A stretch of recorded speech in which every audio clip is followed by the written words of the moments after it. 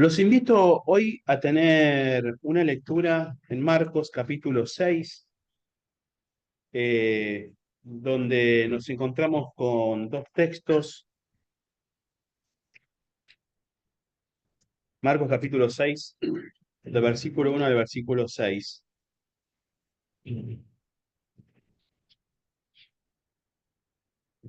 Nos encontramos con este texto que, como venimos haciendo las lecturas en sincronía o en armonía con el resto de los evangelios, eh, la vamos a encontrar también en Mateo y en Lucas. Y nos propone un tema muy interesante que es el tema de la incredulidad. ¿De qué se trata la incredulidad? Vamos a hablar un poquito esta noche de la fe y de lo que es no tener fe o la incredulidad y qué consecuencias trae el ser incrédulo. Uno, quizás de los casos más graves que hay en la escritura de incredulidad, lo encontramos en la ciudad de Nazaret, que era la patria de Jesús, dice el Evangelio. Literal, dice la patria. Es decir, era donde por lo menos la mayor parte de las personas identificaban que Jesús venía. Jesús el Nazareno, Jesús de Nazaret. Aunque todos sabemos que Jesús no nació en Nazaret. ¿Dónde nació Jesús? En Belén, ¿no es cierto? Pero se fue a vivir ahí con con José y con María. Juan no tenía nada que ver, ¿no? Era José y María nada más. Y ahí desarrolló su vida, así que lo identificaban con Nazaret. Vamos a ver lo que nos dice Juan capítulo 6, versículos. Marcos, perdón, tenés razón. Estoy con Juan hoy, no sé qué pasa. ¿Alguno se llama Juan? Pero Juan había nacido también igual que Jesús, por ahí eran vecinos, ¿no? Sí, sí, sí, sí, sí. Sí, pero vamos a ver, no sé por qué estoy repitiendo tanto a Juan. Vamos a ver el texto de Marcos capítulo 6. Hago una pausa, justo llegan los chicos para que se acomoden. Del versículo 1 al versículo 6, vamos a leer. ¿Quién lo tiene acá para leerlo? Salió Jesús de allí, ¿ahí está? Sí, dale, Anita, dale. Salió Jesús de allí y vino a su tierra, y le seguían sus discípulos. Y llegado el día de reposo, comenzó a enseñar en la sinagoga, y muchos, oyéndole, se admiraban y decían, ¿de dónde tiene estas cosas? ¿Y qué sabiduría es esta que le es dada? ¿Y estos milagros que por sus manos son hechos? ¿No es este el carpintero, hijo de María, hermano de Jacobo, de José, de Judas y de Simón? ¿No están también aquí con nosotros sus hermanas? Y se escandalizaban de él. Mas Jesús les decía, no hay profeta sin honra, sino en su propia tierra, y entre sus parientes y en su casa. Y no pudo hacer allí ningún milagro, salvo que sanó a unos pocos enfermos, poniendo sobre ellos las manos. Y estaba asombrado de la incredulidad de ellos, y recorría las aldeas de alrededor enseñando. Bien, muy bien. Vamos a ver algunas cosas que tiene que ver el texto. Vamos a señalar cosas que a primera vista parecen obvias, pero quizás no lo son. Buenas noches. Estamos hablando de Jesús. La mesa larga. Sí, sí, estamos. Detrás de cámara acá se copó de gente, para los que están en casa. Eh, entonces estamos hablando de Jesús que va a predicar a su patria, a su lugar de procedencia, podríamos decir, que es Nazaret. Y allí en Nazaret es recibido como era recibido en otras aldeas. Jesús tenía la práctica de hacer una predicación itinerante. ¿Qué quiere decir esto? Que iba de pueblo en pueblo, de aldea en aldea, de ciudad en ciudad, predicando el Evangelio, agarraba una ruta y le pegaba por la ruta 2 de Buenos Aires a Mar del Plata, iba parando por todos los pueblos y predicaba en la sinagoga. Paró ahí en Capernaum compraba las empanadas, las medialunas, bueno.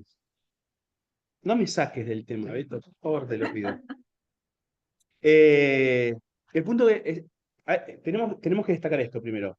Era un predicador itinerante, Jesús. Había hecho su base logística en Capernaum.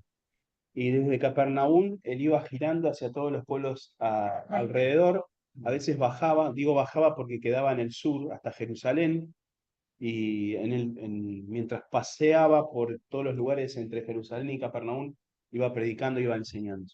En una de esas enseñanzas itinerantes, Jesús llega a Nazaret, le quedaba cerca de Capernaum, y comienza ahí a hablar del Evangelio, y ahí los reconocen. Vamos a ver, según el texto, cuál es la reacción de las personas que lo conocen. ¿Qué les parece a ustedes? Estamos en Marcos capítulo 6 y estamos leyendo desde el versículo 1 al versículo 6. Lean el texto y díganme cuál es la reacción de las personas, según lo que pueden leer ahí, que están escuchando a Jesús. No creían en él. No creían en él. Se asombraba. Está ese. ¿Y a dónde aprendió eso? Ha salido de ahí. ¿Qué estaba hablando? Ok. ¿Qué más? ¿Qué más pueden ver? ¿Se asombraban? ¿No creían en él? ¿Qué otra reacción vemos? El hijo del carpintero, ¿no? El hijo de María y José. Bien, ahí hay un punto. Hay un punto en el texto. Dicen, cuando uno comienza a leer algunos comentarios, dicen algunos comentaristas de que lo están haciendo con sorna esa pregunta. Es como para desprestigiar, es decir, llamar a un judío por la descendencia de su madre y como que no estaba bien visto. Decir que era el hijo de María. Que además está el hecho de que por ahí se hablaba entre las redes sociales del pueblo de que Jesús en realidad no era hijo de José. Entonces, al parecer este comentario de decir, no es este el hijo de María, era diciéndolo peyorativamente. ¿Se entiende la palabra peyorativamente? Ok, entonces es importante también para poder detectar la manera en la cual estas personas recibieron lo que Jesús hacía. ¿Qué más? ¿Detectamos algo más? Dice, les resultaba muy difícil de entenderlo. O sea, no entendían cuál era ¿Y dónde aprendió? el objetivo de Jesús, que se iba, que No pensaban una. Ah, Bien, ¿qué más? Hay algo más que nos está faltando. Eso viene después, esa no es la reacción de la gente. Esa es la de Jesús. Que la reacción de la gente es que lo subestimaba, o sea, lo subestimaba porque era una persona, digamos, del medio de ellos, vecino, eran personas que, digamos, simples, podemos decir, y ellos pensaban, claro, que no podía emanar de él semejante sabiduría, semejante palabra, semejante poder. Exactamente, ese es el punto, ¿no? Había... ¿Cómo? Que falta algo. Bueno, Dame un segundito. Dice, hay un comentarista que habla del pecado de la familiaridad, ¿no? Era como que decían, pero es Jesucito, o sea, jugaba al fútbol conmigo en la esquina, conocimos a los padres, había ese sentido de familiaridad, de confianza con Jesús, que parece que eso les nublaba la vista. ¿Eh? Carlos y después Sergio era, ¿no? primero Sergio. No, dale, Carlos. No. Lo perdiste el lugar entonces, ¿eh? Sergio. Bien pensando en aquellos tiempos, cada uno seguía lo que sus ancestros eran. Por ejemplo, si el papá era carpintero, el hijo tenía que ser carpintero. No había otra posibilidad de que sea herrero o que sea, no sé, vendedor. Que todo era por herencia. Heredaba lo que los padres eran. Entonces, en este caso, yo siempre hijo de un carpintero. Entonces, para las personas también era raro entender cómo de un carpintero, alguien que tenía un cierto oficio, podría llegar a hacer milagros, o podría llamarse hijo de Dios, hacer tantas cosas si era un simple carpintero. O sea, creo que pensando con la mentalidad de aquellos momentos, lo habrán entendido de esa forma. Bien, bien, muy bien, muy bien. No había estudiado tampoco, porque generalmente los sabios en esa época estaba el famoso Gamaliel, que todos iban a estudiar a los pies de Gamaliel o de algún otro famoso Ujú. maestro, y él no se había criado a los pies de ninguno, sino él era de que Bien, la segunda puede y ser eso también. ¿Carlos? Ah, lo que dijo él, la locura de la incredulidad. Hay un salmo que dice el necio en su corazón, No hay Dios. Una versión anterior, la palabra necio la traduce como loco. No podían creer a causa de los milagros. Ahí están. Es increíble cómo, con todas las maravillas que Jesús hizo, ¿no? Cuando resucitó a Lázaro después del cuarto día, y en el cuarto día, fíjense, cuando ustedes leen el Evangelio de Juan, Jesús se demora ex profeso, porque había una tradición rabínica que decía que el alma estaba alrededor del cuerpo durante los primeros 3 días y al cuarto día partía definitivamente. Entonces Jesús lleva el cuarto día. A propósito, Marta, ¿no? Que es la que siempre le damos con un palo, sin embargo, es Marta la que lo sale a recibir, ahí está en la contramedida, ¿no? María se quedó en la casa. Bueno, lo saca a Lázaro muerto después de 4 días. Es algo. Y a pesar de eso no le creyeron. No, no, pero no sé qué creemos. No, no, acá quiero puntualizar un poco lo que es la incredulidad, la gracia que nosotros hemos recibido, la gracia. No solo no le creyeron, sino que planearon en asesinar a Lázaro también, porque toda la gente iba atrás de Jesús por el testimonio de Lázaro. Ahora, ¿cómo puede ser? 4 días enterrado en una tumba. Está bien, pero no me cambies de canal, te pido por favor. Estamos en este canal. Está bien, analicemos entonces un poquito Es la incredulidad de estas personas que conocían a Jesús. muy espiritual. Estamos de acuerdo, estamos de acuerdo. Pero esta incredulidad, por lo menos en este pasaje, tiene una causa, y esta causa tiene que ver con el menosprecio o subestimar en estas cuestiones que que vamos diciendo, algunas muy específicas del texto y otras que podemos llegar a hacer algún tipo de suposición, pero era despreciar a Jesús, era subestimarlo. Es decir, a este lo conocemos, pero este es pibe bueno, de barrio, qué sé yo, este no puede hacer las cosas que está haciendo. ¿Eh? Algunos decían que estaba blasfemando, que venía de parte del diablo, pero lo cierto es que esto para las personas que estaban escuchando a Jesús era un obstáculo. Le jorobaba la fe. Porque de hecho nos dice el texto de que no pudo realizar ningún milagro en ese lugar porque no le creían.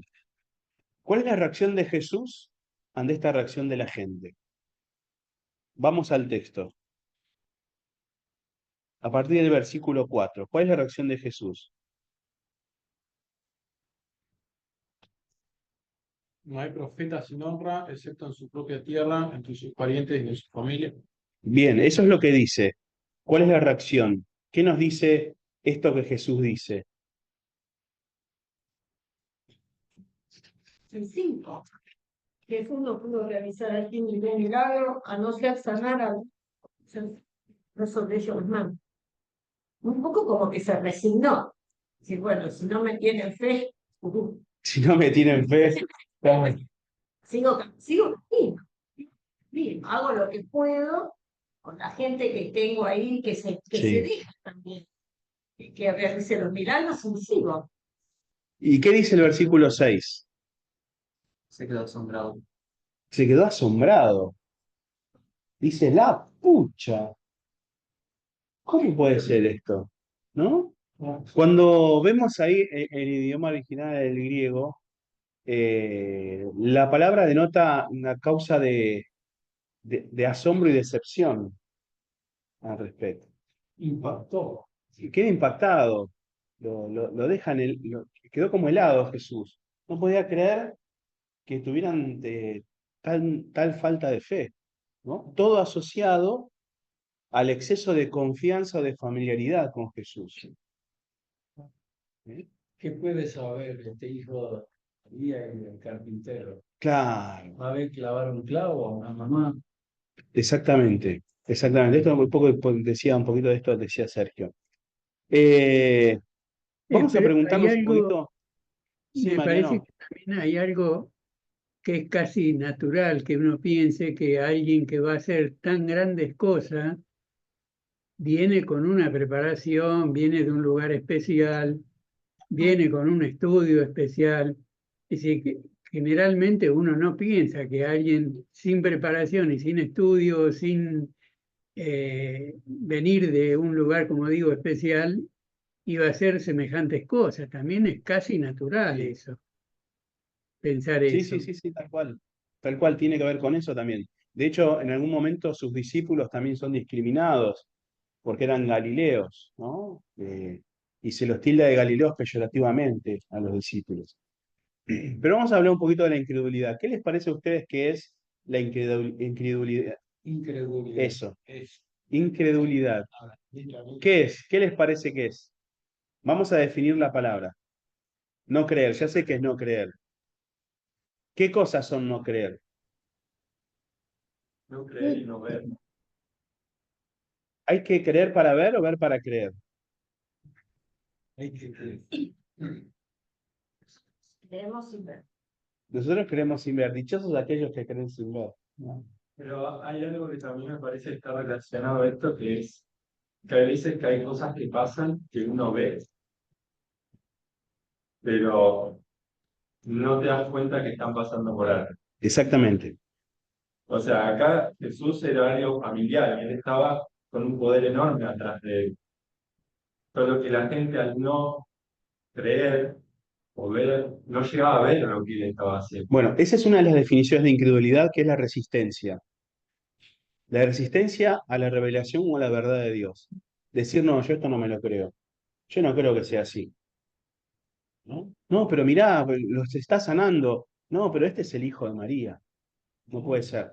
La resistencia a la verdad de Dios es una de las definiciones de incredulidad. ¿Qué más les parece que puede ser incredulidad? No se puede no creer a Dios. No están escuchando ángeles, ¿eh? Hay un coro que está ensayando ahí Fondo musical. en la capilla. ¿Eh? Ese lugar está reservado esta noche para el coro, así que de la puerta para acá nosotros, de la puerta para allá ellos. ¿Qué más les parece que es la incredulidad, Sergio? En ese tiempo, las personas y siempre adoraban a dioses culturales, o sea, tenían Sí. que ver como para creer en los dioses. De hecho, en la historia de antes menciona mucho de que hay un montón de dioses y todos adoraban a ciertas esculturas o lo que se armaban en esos momentos. Entonces era difícil también romper una tradición en creer en un Dios que no puedan ver, que no puedan tocar. Entonces es como que va a encontrarse de la cultura pagana que ya venían arrastrando.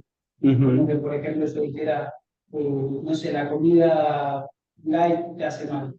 Y entendemos que dentro de todo te hace bien, pero es como ir en contra de la tradición humana, porque el hombre en sí necesita creer en algo, pero a su vez necesita ver para creer.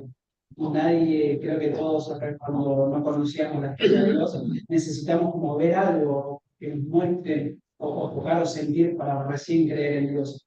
Y en ese momento pasaba eso, pasaba mucho que la gente tenía sus dioses aparte, donde los podían tocar, los podían ver, y que Y acá, al no poder tocarlo, dudabas. y al no poder tocarlo, como que dudaban. Creo que Jesús justamente vino a decir, che, hay un Dios que no se puede tocar ni ver, pero sí a través de la fe se pueden acercar a Él y tener comunión con el Padre a través de mí. Entonces yo creo que para la gente en ese momento hubo ese tipo de incredulidad, no tanto porque no crean en Dios, sino por tener una estructura tradicional, antigua, y era romper añares, digamos, enseñanzas. Bien, esto que dice Sergio está bueno porque es otro de los componentes de la incredulidad, que es la duda persistente. Es decir, todos podemos dudar. La duda, de hecho, en filosofía se utiliza siempre la pregunta o la duda como un disparador del conocimiento. Y yo muchas veces como pastor digo, animate a la duda, preguntate, hacete preguntas sobre tu fe, porque eso te hace crecer. Ahora, el problema con la duda es cuando la duda se hace persistente, ¿no? Cuando la duda no termina de ser respondida en nuestra vida y vivimos dudando. Esto que dice Sergio es interesante porque dice, bueno, si no lo veo, no lo creo. ya lo hemos escuchado esto en el Nuevo Testamento, de un personaje que, ¿cómo se llamaba? Tomás. Tomás, era Nicodemo también le faltaba un poquito de fe. Pero Tomás decía, si yo no lo veo y le meto la mano ahí en la herida, no le creo. ¿Eh? Entonces, esto, otra de las formas de entender la incredulidad es la duda persistente. ¿De qué otra manera entendemos la incredulidad? Y también querer, de alguna Rechazo. manera, ¿Querés ampliar? Amplíe.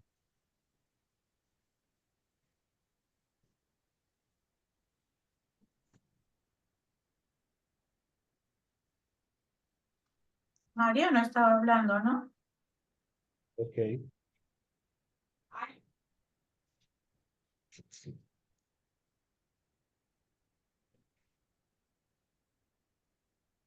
Ok, porque no cuadra en tu idea de Dios. apagame esta y prendí aquella. Bien.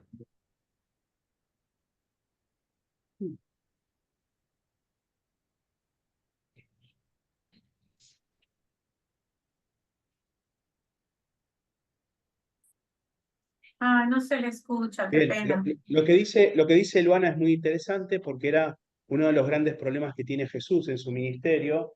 Los estudiosos lo definen como el secreto mesiánico. ¿Qué tenía que ver con? Jesús no quería decir que era el Mesías. ¿Por qué? Porque el entendimiento que tenía el pueblo judío de Mesías era diferente al concepto de Mesías que revelaba la Escritura. Para el judío de esta época, del primer siglo, el Mesías era alguien involucrado políticamente y que venía a resolver todo desde la mano dura, desde la guerra, el conflicto, a destruir los enemigos. Entonces habían hecho un formato de Mesías con el cual Jesús no se sentía identificado. Entonces lo que dice Luana es interesante, también tiene el rechazo a todo eso porque no cuadra con mis expectativas. Para mí esto no tiene que ver con Dios porque es algo que yo puedo cotidianizar. ¿Eh? Y en lo cotidiano a veces perdemos lo poderoso del milagro. Por ejemplo, ya te dejo, Beto, la salida del sol todos los días. Es un milagro. Cuando te podés analizar, lo estudiás desde la ciencia, cómo se da lo que es esa danza celestial que hay entre los planetas, por decirlo poéticamente, uno dice, es una locura esto. Y sin embargo, uno dice, che, salió el sol, mañana llueve, ¿qué va a pasar? Y uno naturaliza todo eso. Y es como que lo cotidiano nos va diluyendo un poquito lo espectacular y lo rico de todo. Beto. Yo vuelvo un poquito para atrás. Marta creía en Jesús, pero le reclamó algo. Qué lástima que no viniste antes. Ah, Marta, si vos confiaras en mí, le dijo Jesús. Marta, que era llegada a Jesús, le dijo, ¿por qué dejaste pasar tanto tiempo? Si hubiera venido antes, mi hermano no estaría muerto. Bien. Ahí está Marta entonces, Conociéndolo a Jesús. reclamándole a Jesús que no haya venido antes. Ok, bien. Ahí está lo que pasa Eh, está en ese caso de que dice Beto, lo que está haciendo Marta un poco es limitando el poder de Dios al espacio y al tiempo. Y yo lo que decía, una de las cosas que genera que haya incredulidad es querer llegar a algo espiritual a través del razonamiento, que es imposible. Ajá. Uno quiere razonar lo espiritual y no tiene esa lógica. Y eso hace a que se Sí, lleguen a conclusiones. racionalizar la fe. Claro, y ahí no se puede, no tiene. No hay entendimiento. Ok. Entiendo el punto, Mariano. Es interesante. Hay un autor, John Stott, que decía, la fe también es pensar. Eso no quiere decir que uno necesite constatar racionalmente todo lo que sucede o proviene de Dios, porque hay cosas que no vamos a poder hacerlo. Pero quiero destacarles un punto más sobre la incredulidad que tiene que ver con la falta de acción basada en la fe. Es decir, eh, muchas veces vemos en la palabra que Dios desafía a las personas a tener fe y les pide que haga algo. Y las personas que reaccionaban con fe obedecían sin ver. ¿Sí? Estas personas vieron, y vieron mucho, y sin embargo no reaccionaron en favor de Jesús, reaccionaron en contra. Entonces, con su accionar también, suscribieron o subrayaron su propia incredulidad, al punto de decir Jesús, bueno, esta frase de que no hay profeta que encuentre honra en medio de su familia, pero que quedara asombrado por la manera en que se comportaron, por las cosas que decían, por cómo lo subestimaron a él. No quiero extenderme mucho en el tiempo, pero quiero que vayamos a la definición de fe que tiene Hebreos, capítulo 11, para terminar de cerrar nuestra definición de incredulidad. 11:1. 11.1, sí, Hebreos 11.1.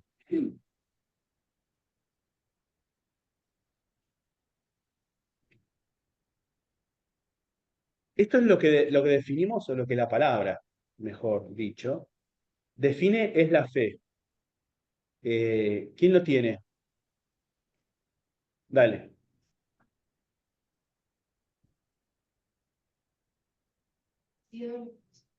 Bien. Tener fe es estar, ¿qué? Seguro. Y tener fe entonces es estar seguro y estar convencido. ¿Qué sería entonces ser incrédulo?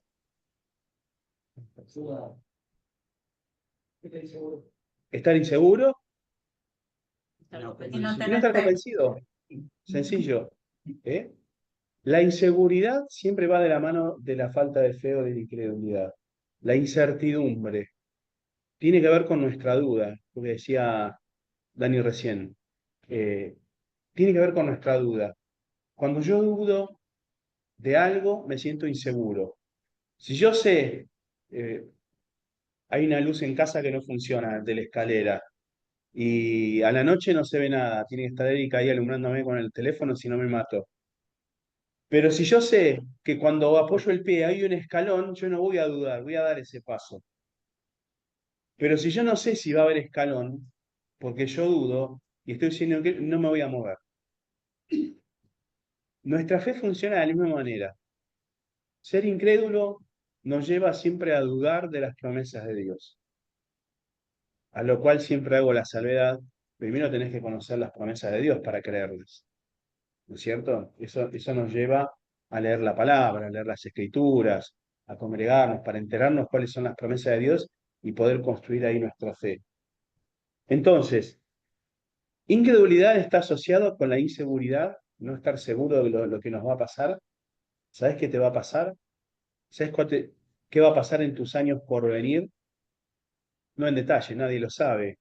El hombre propone y Dios dispone, dice por ahí el proverbio, ¿cierto? Pero sí sabemos que el Señor nos da una seguridad, que pase lo que pase, Él va a estar con nosotros. Eso es algo que no cambia según las circunstancias, por ejemplo. Esta manera dice más, me gusta más. ¿Cómo dice la Reina Valera? La certeza de lo que se espera, la convicción. Bueno, son palabras similares, ¿no? Tener la certeza de que lo que no vemos, lo vamos a ver. Tener la convicción de que Tener la convicción de que va a pasar. Entonces, el punto, yo creo que el desafío que quiero dejarlos esta noche tiene que ver con no permitir que lo cotidiano melle nuestra fe. Que no por el hecho de decir, no sé, estoy acostumbrado a venir a la iglesia todos los domingos y a escuchar al nuevo pastor, no quiere decir que Dios no pueda hablarme en una de esas palabras. Uy, otra vez va a predicar el pastor Marco. Marco, que yo lo conozco, hemos comido juntos, tomamos café juntos. Que esa cuestión de familiaridad con nuestra fe no nos nuble la vista en ver los milagros de Dios o la obra de Dios. ¿Qué es lo que le pasó a los nazarenos estos? La familiaridad de Jesús les nubló la vista y no pudieron apreciar esos milagros, salvo por unos pocos, dice las Escrituras. Y Jesús quedó asombrado. Entonces, trata de detectar en tu vida si quizás hay cosas que estás pasando por alto de lo que Dios está haciendo. Porque Dios se sigue moviendo, Dios sigue haciendo milagros. Y a lo mejor está haciendo cosas alrededor nuestro que no nos estamos dando cuenta, porque lo damos por hecho, lo consideramos como algo común. ¿Eh? ¿Vos, Cari, querías decir algo? No dudes, ten fe.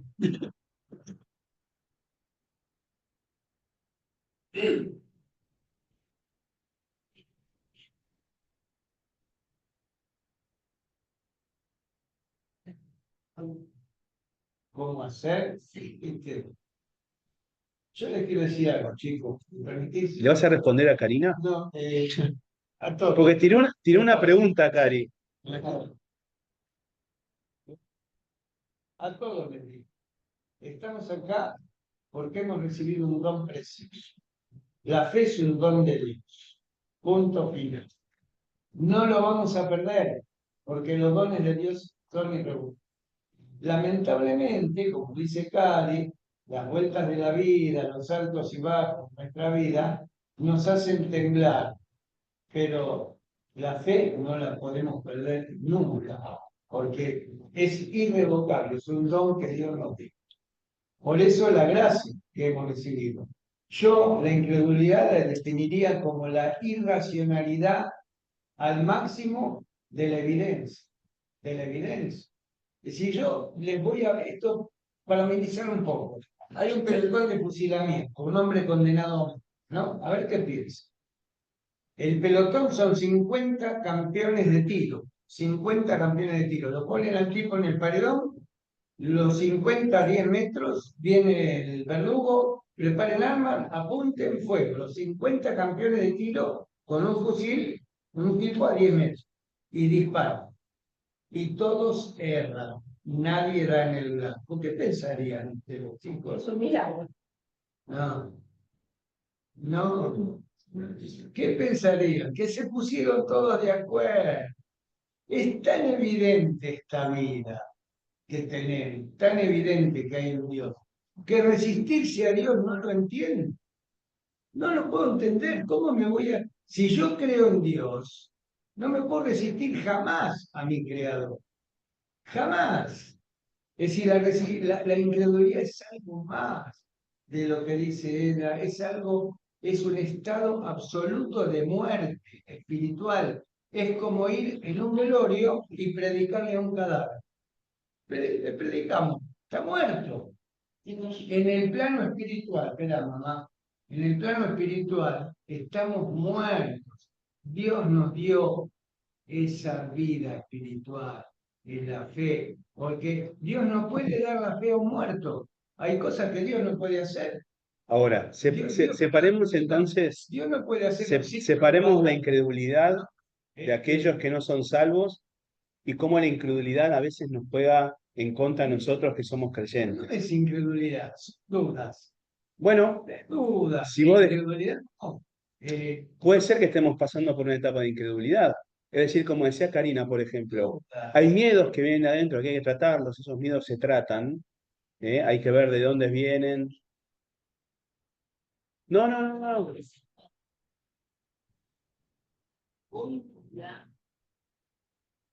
Ese miedo no seguimos multiplicando. Sí, sí, sí. No, lo entiendo perfecto. La aleja de Dios.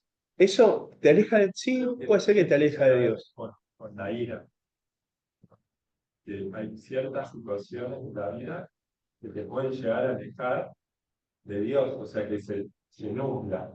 Entonces el tema es cómo volver a estos inicios, volver para alimentar esa fe, alimentar lo que el Espíritu Santo y actuar a partir de eso. Sí, puede ser que nuestra incredulidad esté pasando por una etapa en la cual no nos permita ver algo o no nos permita considerar, por ejemplo, un cambio en nuestro carácter o un cambio en alguna persona, por ejemplo. Decir, bueno, no, esto ya es un caso cerrado, no, la verdad que no tengo fe para esto, o en una circunstancia o en una situación y nos despierta emociones o sentimientos. Quiero decir, estas cosas se tratan en una consejería pastoral, se tratan con oración, pueden ser derivados quizás a algún profesional, si tiene que ver con miedos, con frustraciones, son cuestiones que se pueden tratar.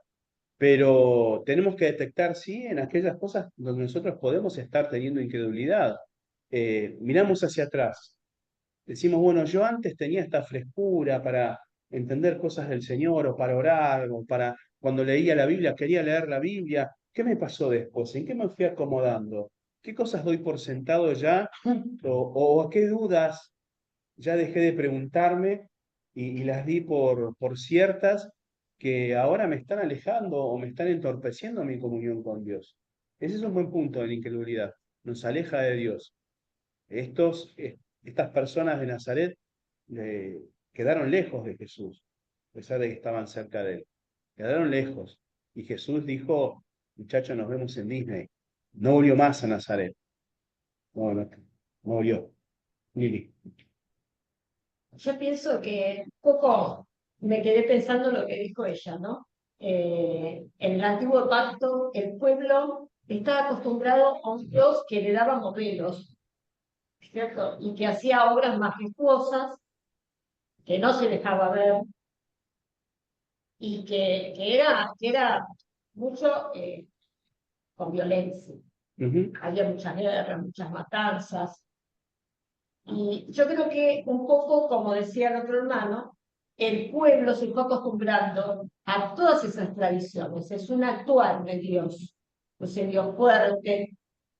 Yo creo que de ahí baja un poco esa idea condenatoria de un Dios muy poderoso, muy acusador, muy de cosas fuertes. Y luego viene Jesús, que es todo lo opuesto. Es un hombre manso, es un hombre que está en el medio del pueblo, que se mezcla, que se toca con todos, que come. O sea, el pueblo no estaba acostumbrado a esa imagen de Dios. Es otro pacto que viene. Digamos, el pasaje, el primer sorprendido de haber sido Jesús, porque él sabía que venía, sabía lo que el Padre le había trasladado, no sé, iba a ser el Salvador. Pero yo creo que él fue el primer sorprendido de decir, qué pueblo difícil me toca, ¿no? Que esto de andar en medio de esta gente. Y trasladándome a nuestros tiempos, pienso en la venida de Jesús, que también va a ser diferente a lo que estamos leyendo acá. En medio de otro personaje que sabemos que va a venir, que va a ser el anticristo. Y entonces eso de la fe, ¿cierto? Y de tener confianza en lo que no vemos, pensar en conocer mucho esta palabra, para no confundirnos con esas personas que no lo comprendieron, en el cual no pudo hacer milagro. Porque vamos a tener un tercer capítulo, un último capítulo, de un Jesús que va a venir en victoria. Y nosotros estamos acostumbrados mucho a hablar de este Jesús de la crucifixión, de Jesús que se subió al burrito, ¿no? Creo que tenemos que hablar de la venida del Señor también, ¿no? Tendríamos que pensar un poco de la venida del Señor porque estamos en esos tiempos. ¿Y cómo va a ser esa venida del Señor? Porque nos quedamos un poco como que Él va a venir con las trompetas, con millones de ángeles, que va a bajar, qué sé yo, no sé, en un caballo blanco, y ahí nos quedamos, ¿no? Porque el libro de Apocalipsis no es muy comprensible, el idioma no nos es muy comprensible de lo que va a pasar. Entonces yo creo que también nos tenemos que repensar en eso, ¿no? En estas tres instancias, el Antiguo Testamento, con todas las promesas y las profecías, el Nuevo Testamento, el cumplimiento del pacto de la salvación y este Mesías que está viniendo. Ok. Sergio. Y yo voy a agregar algo de lo que ella estaba comentando. Yo creo que es normal que todos tengamos miedo, a veces más fe que pasaban los profetas. De hecho, tenemos un manual donde la mayoría de personajes que nos inspiran entre Dios pasaron por eso. Y eso está bueno porque nos hace dar cuenta que somos humanos, que todos pasamos por eso. Creo que por eso también es una instrucción a que si mira el profeta que Dios usó tanto, hubo miedo, se estaba escapando de saber, o no sé, Pedro o algo más cercano, que se hundió por falta de fe, o tuvo temor, o en ese tiempo los discípulos que lo levantaron, que el maestro estaba acostado, estaban justo con el maestro en tu barco y tuvieron miedo de una tormenta, exacto. Entonces, eso por parte nos hace ver que todos somos iguales que ellos, que por más que ellos fueron usados por Dios, tranquilamente nosotros podemos hacerlo, y es normal que todos suframos temor, miedo, a veces más fe, menos fe, es parte de la vida, hasta incluso el mismo Jesús sintió eso, por eso decía que pasa de mí está todo. Y eso está bueno porque a pesar de eso, si ponemos nuestra confianza en Dios, ahí es el fruto que estamos pretendiendo. Porque a pesar de que estamos los mismos que ellos vieron, entendemos cuál es el mensaje y qué es lo que viene y lo que hay del otro lado del sol. Ujú. Está bueno, está bueno. Nosotros tenemos el diario del lunes de la vida de todos estos personajes que recién citaba Sergio, y vemos cuál fue el final de cada uno de ellos.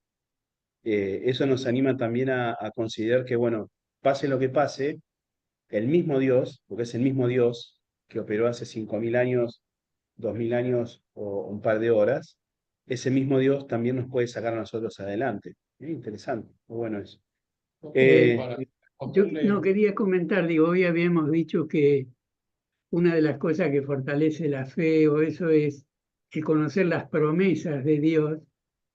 Sí, Yo creo que más que conocer las promesas de Dios es conocer a Dios, porque promesas lo podemos ver hoy en día, nos hacen de todos lados y todos, y si uno conoce quién te hace las promesas, te das cuenta la imposibilidad de que las cumplan.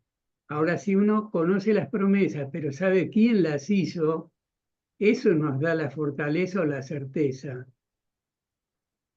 ¿Quién hace bien, las bien, está muy promesas? bien. Buen complemento, ¿eh? Conocer al Dios que da las promesas. Claro, pues si no, sí, que quería responderle a Karina que cuando uno tiene miedo, es cuando más se tiene que aferrar a la fe, y no sé, yo arranco diciendo, bueno, Dios existe, Dios me prometió la vida eterna. Entonces, este, a partir de eso, cada día es un regalo, y no importa lo que pase, yo ya gané, porque fui salvado de la condenación eterna y voy a vivir eternamente, en la presencia del Señor y de todos mis hermanos. O sea, como que nada, el ejercicio es ese. O sea, para aferrarme a la fe en medio de una situación de miedo es arrancar de Dios, de sus promesas, y de que vivo un pacto de gracia. Ya, eso. Bien, vamos entonces a ir. ¿Puedo decir algo cortito? Sí, Anita, dale. Que todos los seres humanos tenemos miedo a lo desconocido.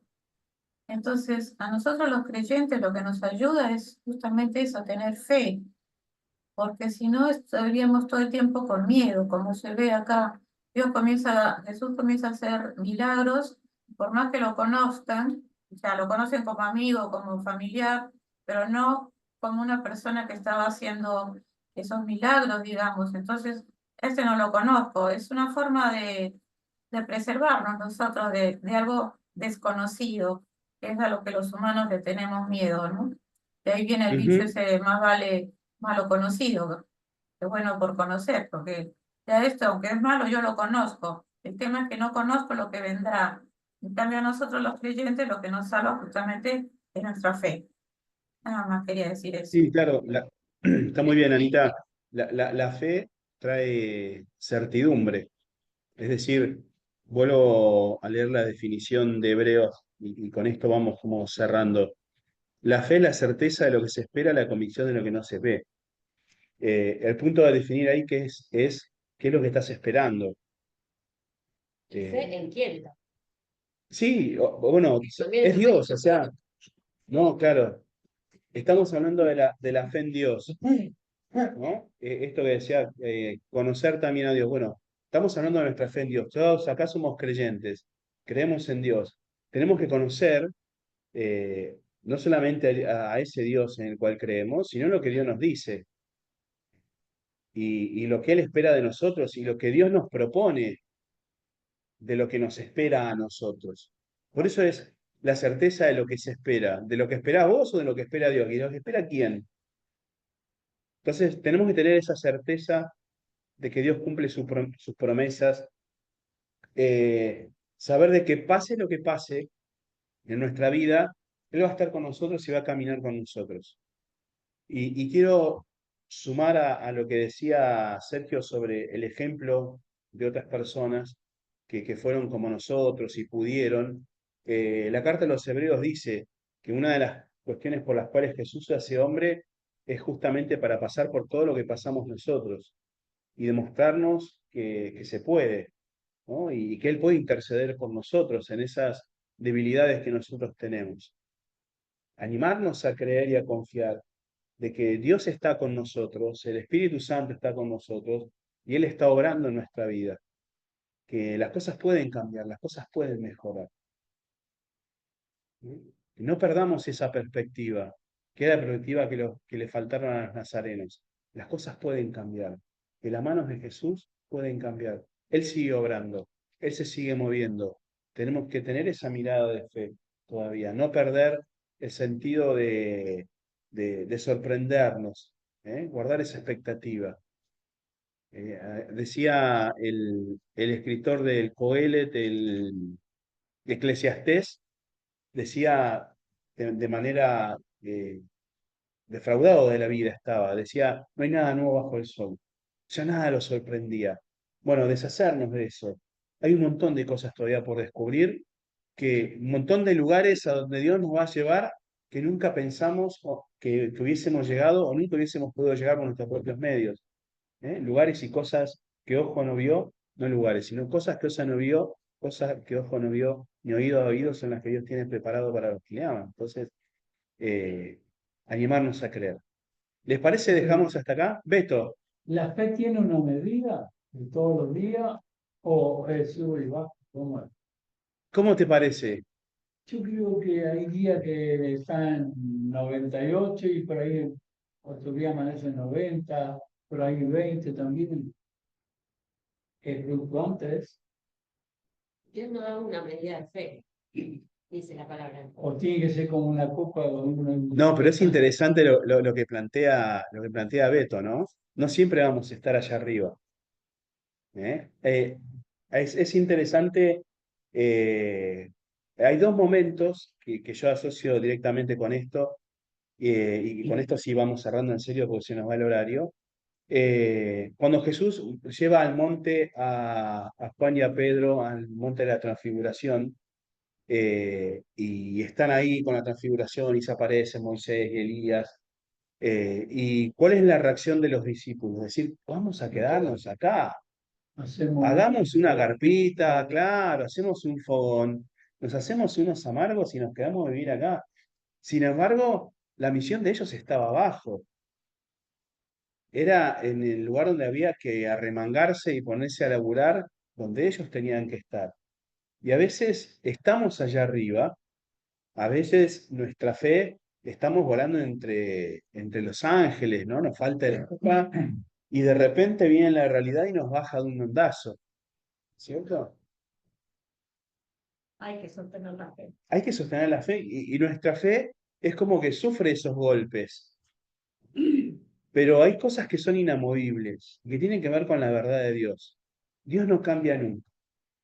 Y nuestra fe, lo que nosotros creemos, lo que nosotros consideramos que es cierto de Dios, y esto es un ejercicio reflexivo es sobre la Biblia, a esto la palabra lo llama meditar en la palabra. Tenemos que hacer el ejercicio de meditar en la palabra y vamos absorbiendo estas verdades que son inamovibles de Dios, que permiten que nuestra fe vaya fluctuando lo menos posible. ¿Vamos a tener dudas? Sí, siempre va a venir la duda. La duda como parte de la tentación, como parte de la concupiscencia de nuestra propia naturaleza, va a venir, van a estar ahí. Pero cuando crecemos en nuestra fe y tenemos como esas capas de verdad, ¿vieron las capas geológicas? Bueno, vamos construyendo sobre esas verdades de Dios nos vamos poniendo más inconmovibles en nuestra fe. Entonces van pegando las olas y nuestra casa cada vez se mueve menos. ¿Responde un poquito a tu pregunta Sí, eso? muy bien. ¿Les parece que llegamos hasta acá porque se nos va el tiempo? ¿Está bien? ¿Sí? Vamos al tiempo de oración entonces. ¿Eh?